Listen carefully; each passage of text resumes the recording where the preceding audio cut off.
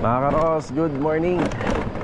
Good morning, kamusta po tayo lahat? Ito, welcome back po muli dito sa aming channel. Araw po na Miyerkules ngayon. Kapag Miyerkules, ito yung holiday or advance sa construction ganito. Tuwing Miyerkules, pwede tayong bumalik. Ayan, project update sa ating mga ongoing project dito sa Lumina. Tapos magbibigay din tayo ng update dito sa Anyana Bel Air East.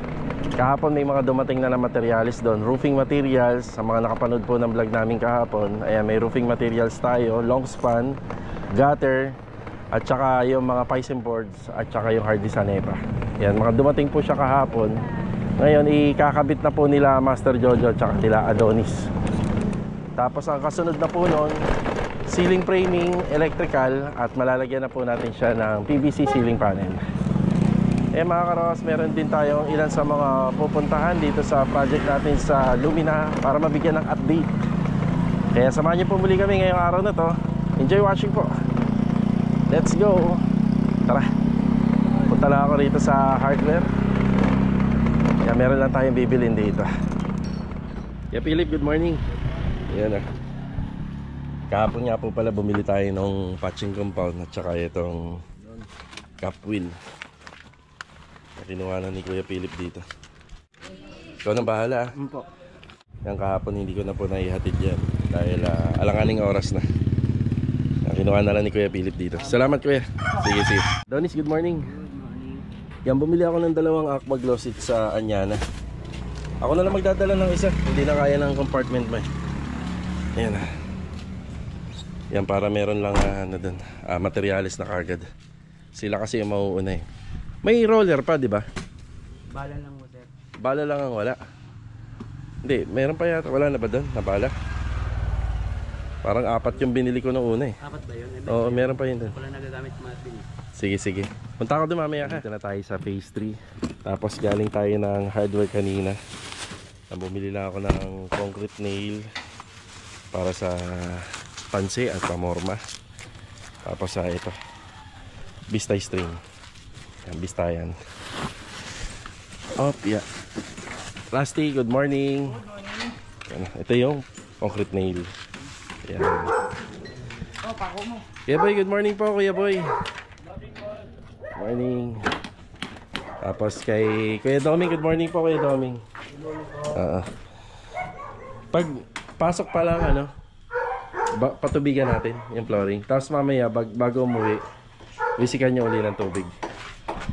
Okay, kahapon nakapag buhos dito sa floor area rito sa harapan ng bahay sa may fence. Anong bakal ginamit niya rito? 10 mm? Okay, 10 mm. So may po siya. May floor matting po yan. Hindi pwedeng wala. Tapos dito yung floor drainage natin. So ilalagay natin yung trench drainage. Tapos water line. Ras, baka may mga dyan. Yung pinag-inuman nyo ng energy drink. Na lang. Oo, pakitakpan. At saka to. Yung pakitakpan. Yung alin po? Tubig. Huwag muna. Lulusot ko lang dito Sige ha. Para pa natin, makapapa po natin. Saan lang pinakamaganda. Pinulot ko lang ito doon kahapon. Naubusan na ba tayo?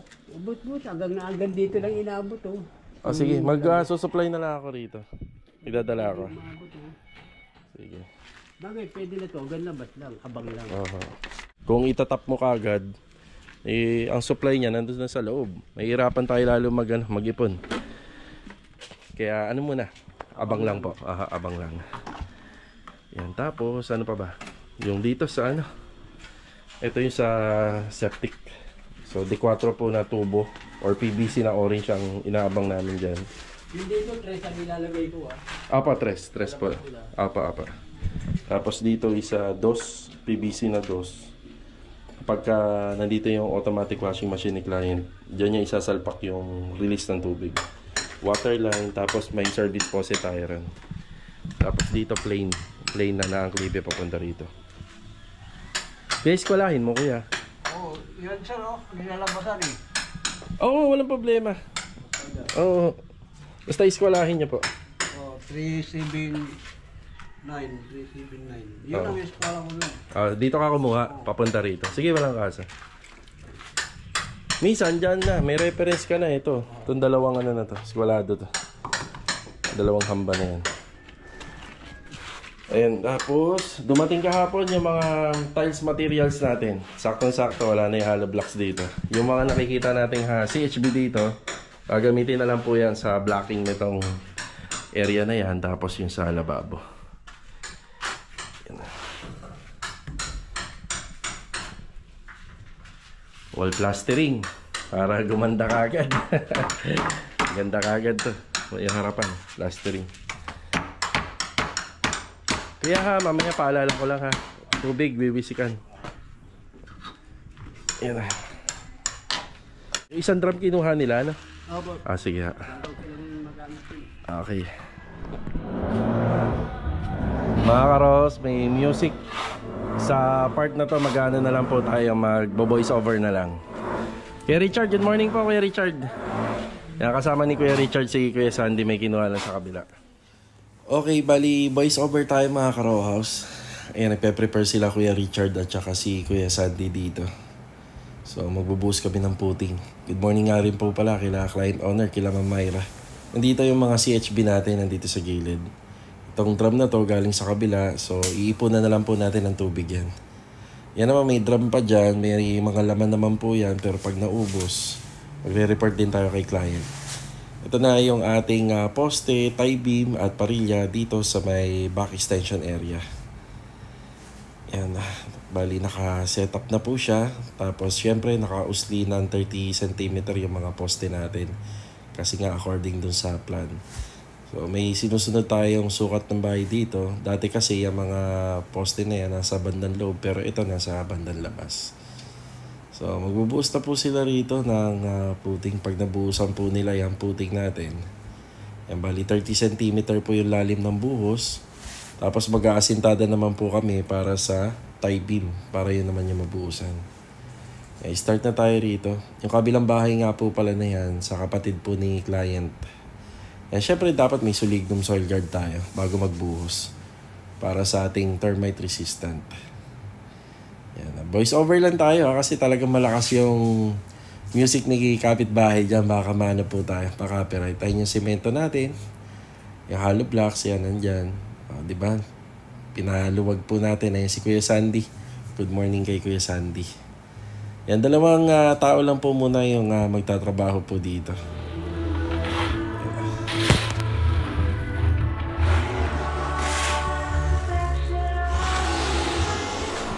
Papunta naman tayo rito sa ginagawa ni Louie dito sa Phase 5. Yan, shoutout nga pala kay Sir Jim Paredes at saka kay Ma'am Nina Asusyon. Yan, happy birthday din kay Jimboy Estrada. Yan, God bless and more birthdays to come. Dito na tayo. Good morning kay Sir Jason saka kay Ma'am Krishna. Yan. Siya nga pala yung gulong ko sa e-bike sa likod. Yan, bago na yan. Pagka ganito po, tumatagal sa akin to ng 6 months.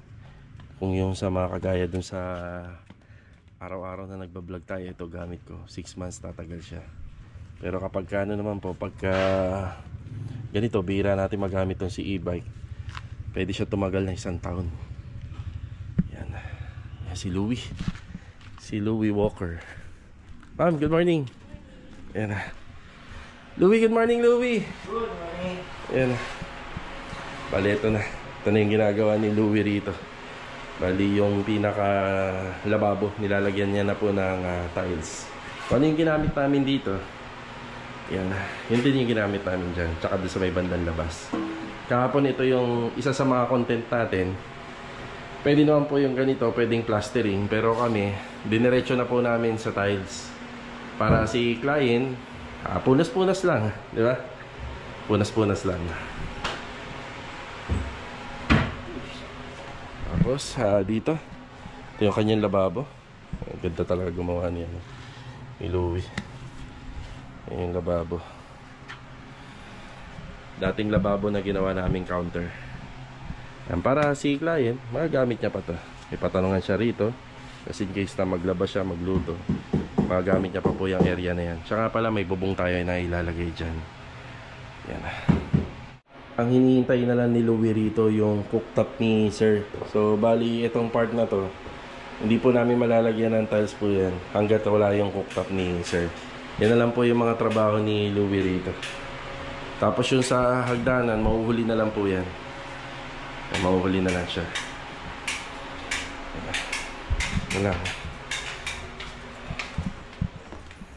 Si Sir kasi ang magdadala nun sa amin or ipapa-deliver niya. Tapos sa mga pintor po, pag natapos po si Kuya Dindo at si Kuya Rigor doon sa Phase 6 project, agad-agad po silang lilipat dito.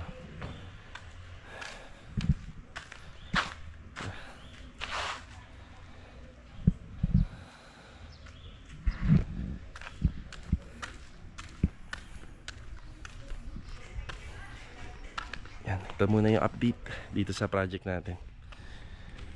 Tapos schedule na lang natin to ng hakot pa ng kapag totally tapos na po talaga rito para isang trabaho na lang.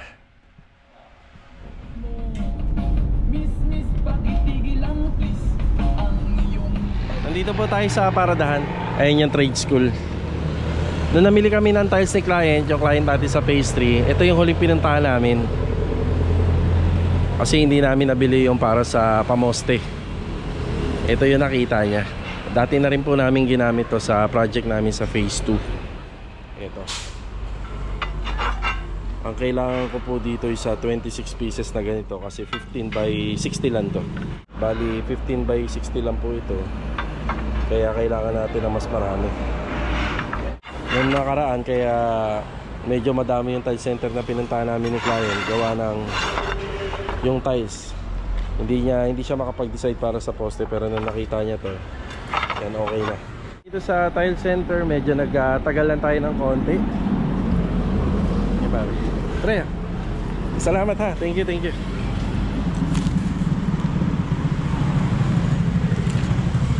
Ito bali ihahabol na lang natin yung kulang pa. Importante yung poste malagyan.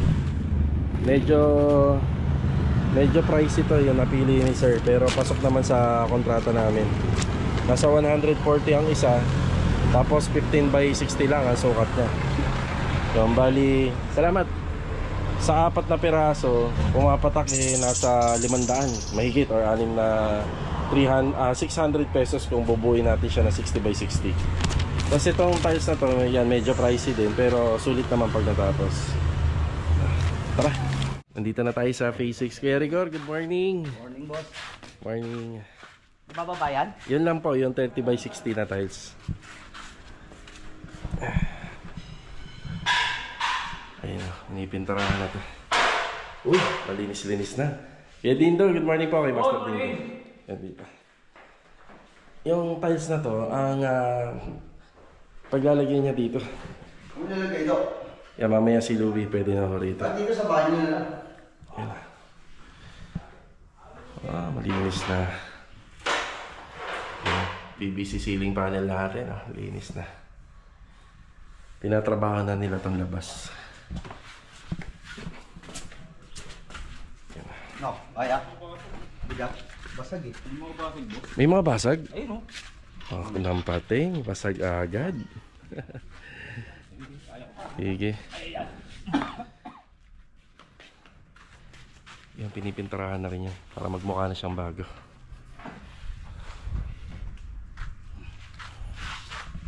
Di bali, babalik pa naman tayo rin sa tile center kasi itong binili natin na 15 by 60 kulang pa po yan.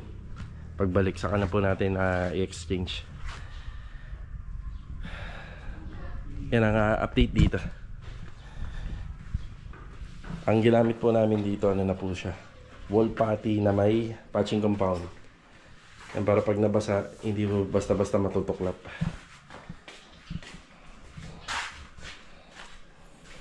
Tapos si Louie pwede na po rito mamayang hapon.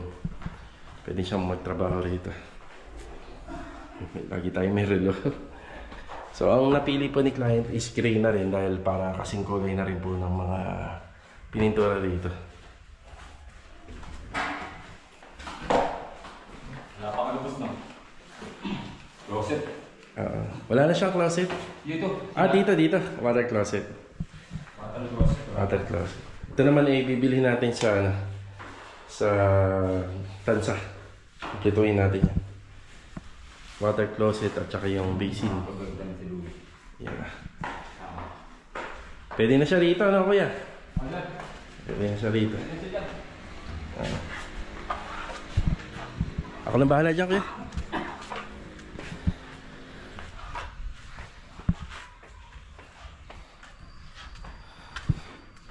Sa ibabaw naman yung ano, yung mga ginagawa rito, yung repair and maintenance ng bubong, yan yung mga gagawin pa dyan, tsaka yung waterproofing ng slab. May ako dyan, boss. Init. Oo, pagkano na lang. Kulaps ako sa init. Kaya nga eh. Pagkano na lang, gumanda-ganda yung panahon. May alauna. Oo. Yan, dito na muna. Mas maganda nga eh, malagyan na, mapahira na to lahat. Para pag nag-uulan-ulan, protection na. Tulad yan ko ano ito eh. Kahit pitumpad, kakapintura. Latex. Latex na. Yan. Yan naman talaga minsan hinahalo dyan. Tapos, Acrytex primer tayo. Na. Pagka natapos. Ayun na yung pang primer. Yeah.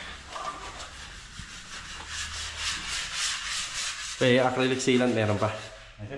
Meron pa na. Isang buo pa yan. Isang buo. Kasya na yan dito? Kabubukas ko lang. Okay, kasya Kasi na. na yung bali pati yan. Sige.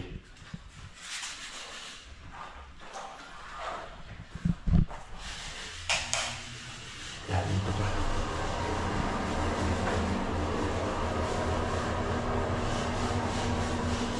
Nakikita ko mga 2 linggo. 2 weeks. Yan, halos na matatapos natin. Plus, ano na lang, another 1 week para sa mga installation. Yan, medyo matagal din po kasi yung mga installation natin dito. Lapit na siyang makumpleto.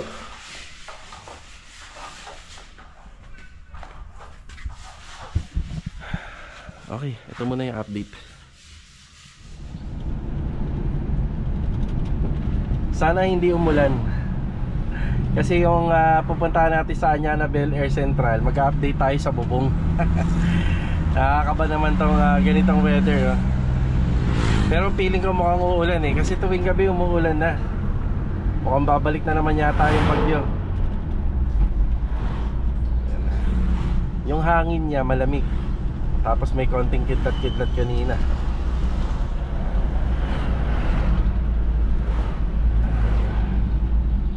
Kanina paglabas ko ng Bagtas hindi naman traffic, kaya minabuti kong pumunta na lang po muna rito. Ayan, ang puti-puti na ng project natin dito sa Riego de Dios project. So syempre ito, masilya at saka hanggang sa malagyan lang muna ng primer.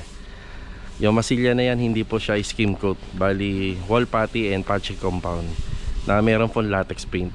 Kaya naging magastos din po tayo sa flat latex dito, bali pang 7 balde na nga po pala lahat na nabibili natin na Davis Pondo flat latex. Kuya Philip, good afternoon Kuya Philip. Ganun po. Ay si Epoy, good afternoon po eh. Tsaka ito nga po pala, bumili tayo na 80 tiles, 80 pieces. So isa na lang po yung natitira. Yan, magdadagdag tayo ng 15 kasama na rito sa steps, sa dulo. At saka dito yung steps din dito. Yan, medyo maaga pa naman, bibiling ko muna yung kulang na tiles. Log, good afternoon Log. So ito muna yung update. Buti na lang dumaan ako. Log, bibiling ka na. Biling ka na yung tiles. Yan, kasama po sa lalagyan ng tiles po ito.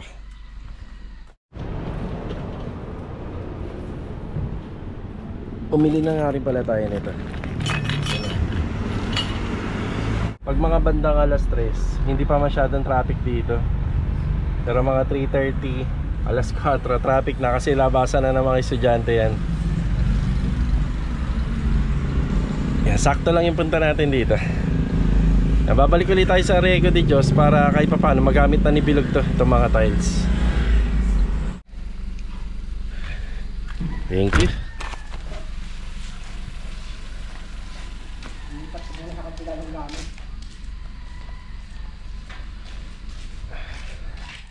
Masilyado na rito. Yun na may mamasilyan. Pero ito hindi naman nalalahatin kasi yung pinakailalim na moldura may tiles po yan. Backsplash.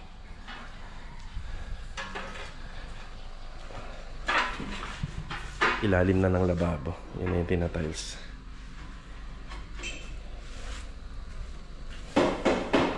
Tsaka pala itong part ng wall na to, ano pa po siya, bali wala pong palitada yung likod nito dahil meron pa nakaharang na mga steel matting dyan. Naitanong nga rin sa akin ni client to noong nakaraan. Sabi ko halos tapos na kami sa waterproofing, pero yun, buti na alala natin. At saka onti pa lang naman yan na ipapahid ni Kuya Philip dito na na Acrytex primer, so mahahabol pa. Kasya na kaya yan, Kuya? Parang 2 galon ng ano niya, no? Nasa kalahati na eh. Semento pa na. O sakaling hindi magkasya, huwag mong pilitin. Sige. Sige. Ang curing time ay 1 araw, 1 day. Tapos saka po i-Acrytex primer, saka na mamasilyahan po. Ayan, yan po yung gagawin dyan. Ayan, nandito na tayo sa Anyana Bel Air East. Shoutout kay Chip, kay IC. Ayan na, merienda tayo. Maraming salamat po, ma'am. Kada punta nila Sir and ma'am dito, lagi may pamerienda sa tropa. Pusa, oh. Ka dyan, maano ka dyan. May hawak ako kayo kami. Oh, Ming! Ming! Ayan, kain.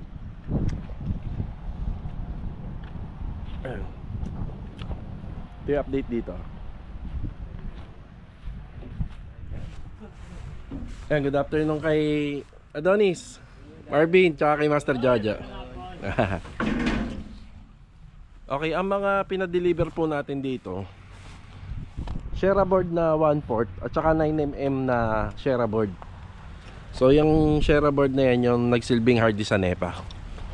So bakit tayo naglagay ng makapal na Shera board dito? Yun na yung magsisilbing ano niyan, pinaka sa NEPA sa gilid o riser nya.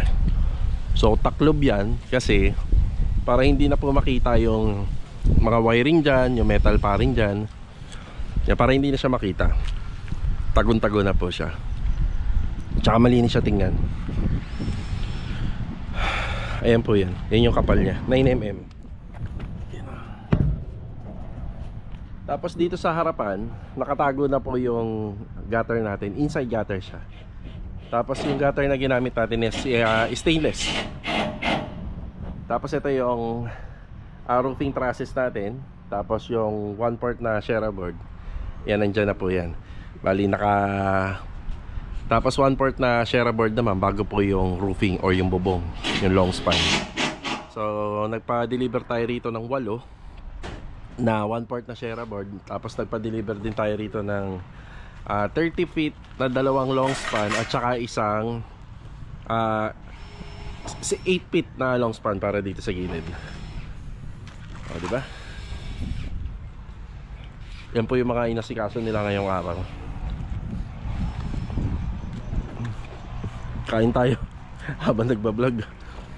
Nakakita ko sa taas para makita natin po yung mga kaganapan doon. Ito na po yung mga ginagawa namin dito. Siya nga po pala, bakit open to?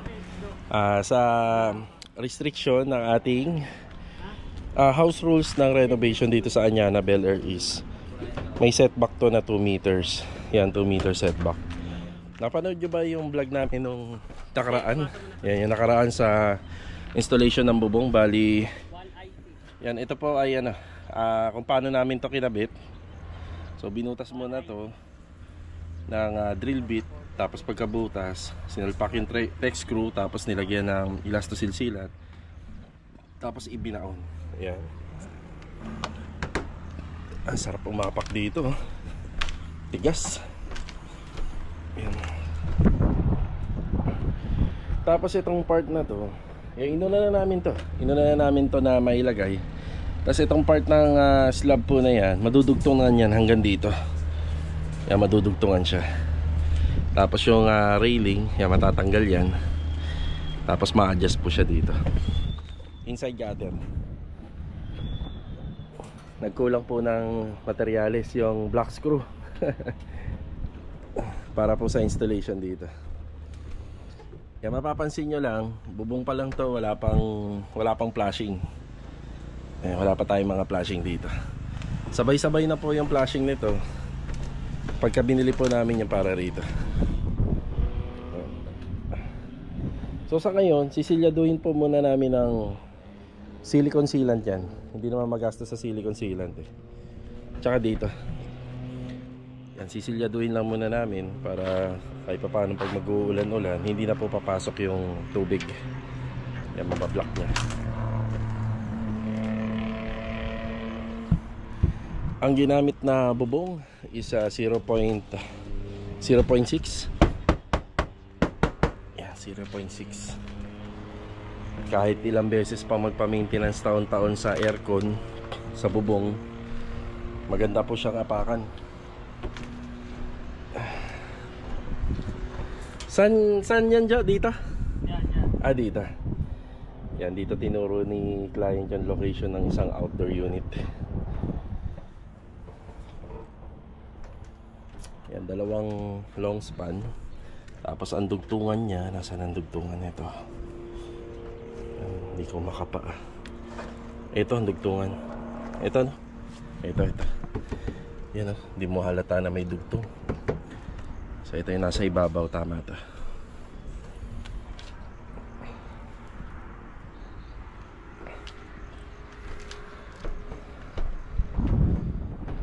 Yan, flashing na lang po yung kulang.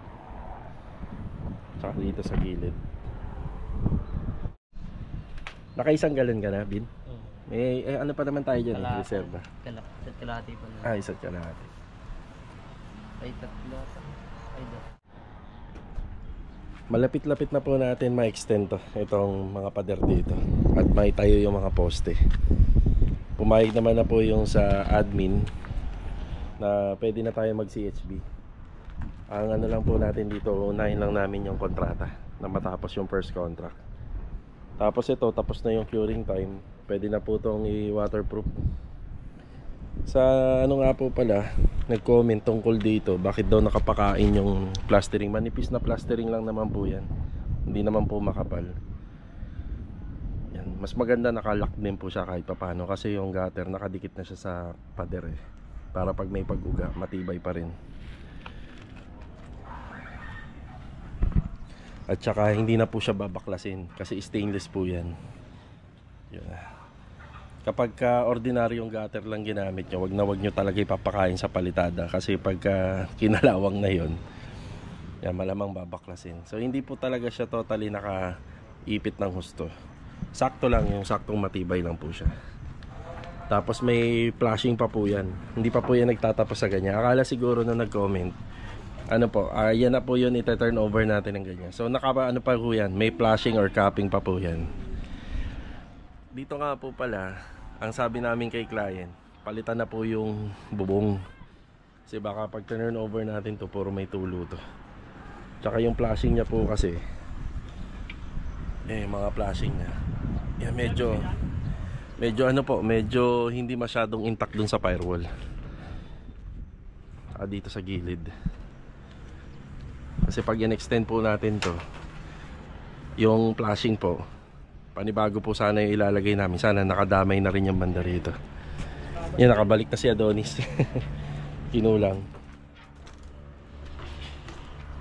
Yan o, kitang-kita naman po dito. Yung mga flashing niya, halos nakabuka doon sa pinaka-ibs. Black screw nga po pala yung pang-install namin dito sa Cenepa. Ayan o.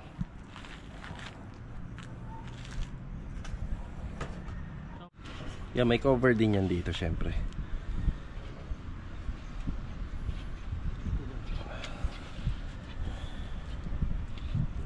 Sa baba. Tapos to, metal framing na po yung kasunod namin dito. Metal framing, yung metal paring para sa ceiling. Tapos palatag na tayo ng wiring pag natapos.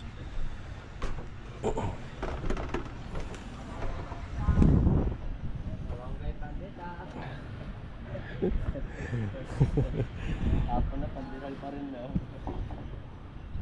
Yung ganda ng bubong ni ma'am dito. Tibay at saka makapal.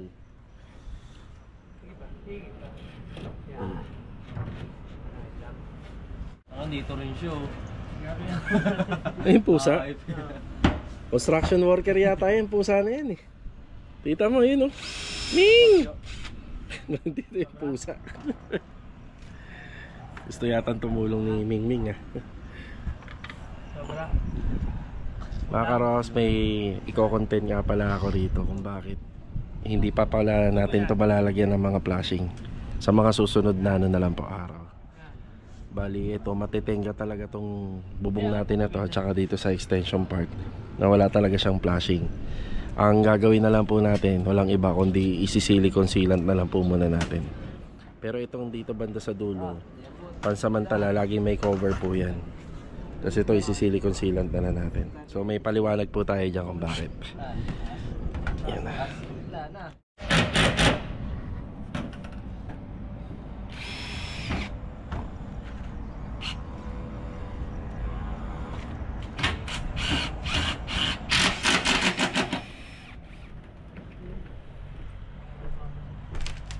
Pupunta na lang ako rito para lagyan ng ano to, ng silicone sealant. Yan buong paligid yan. Ganun sa dulo. Siguro mauubos tayo rito ng mga 8 bote. 7 hanggang 8 bote ng silicone sealant. Pero matibay naman yun kahit papaano. Hindi na natin yung tatanggalin. Yan. Mahaba yung span nito. Umabot to ng lagpas na 6 meters. Ilang meters nga to? Ilang meters to? Mga 10? 30 feet. Okay, 30 feet. So 30 feet yung yero. Lagpas siya ng 6 meters. Bali may dugtong yung tubular natin. So isang sign na maganda po yung ano natin, maganda yung pagkakagawa ng trusses, yung walang na tutupi yung rib. Yan, walang bumabaluktot. Diba?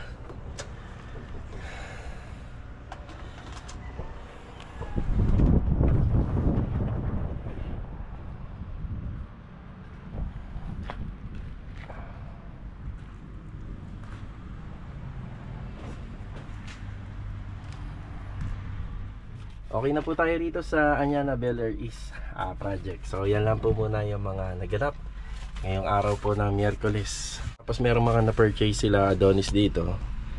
Yan block screw, drill bit, rivets. Ayan, ito yan. Tsaka yung pahabol na block screw and elastoseal. Ayan. So paano mga karos, kita-kita na lang po ulit tayo for the next video. Maraming salamat po muli sa walang sawa niyo pong suporta dito po sa aming channel. Ingat po tayong lahat. Ito, paalam po muna. Buti naman hindi umulan. Let's go. Tara.